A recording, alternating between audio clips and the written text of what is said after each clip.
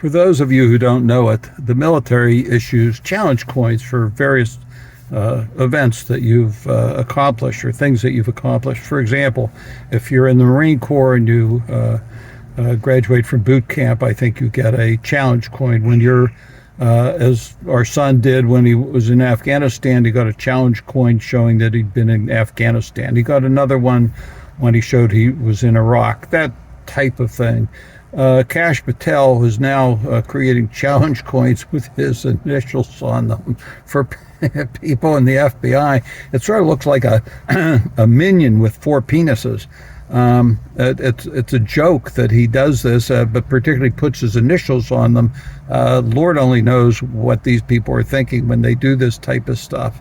On a more serious note, if you take a look at what ICE and the Department of Homeland Security has been doing with respect to citizens of the United States and newspapers, reporters throwing them to the ground, pulling guns on them, it's really sort of frightening.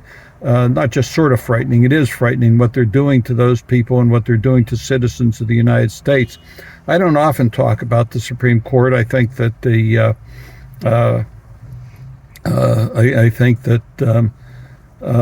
have been very misguided and reprehensible in a lot of the decisions they've made. I think Clarence Thomas is unethical to the highest degree possible. But what's interesting to me most recently is Justice Kavanaugh said that ICE and Department of Homeland Security can engage in racial profiling and stopping people who don't look just like white Christians do, whatever the hell that means.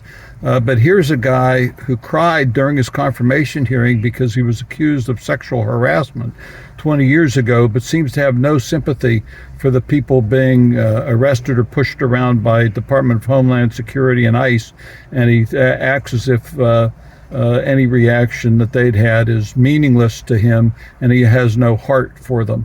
I think that this is a guy, if you're going to cry about being accused of sexual harassment, you ought to have some sensitivity about the people who are being pulled over, manhandled, and put in jail for crimes that they didn't commit and haven't committed and haven't been accused of committing. Put this on top of Cash Patel's challenge coins to the FBI, and you'll see exactly where it leads.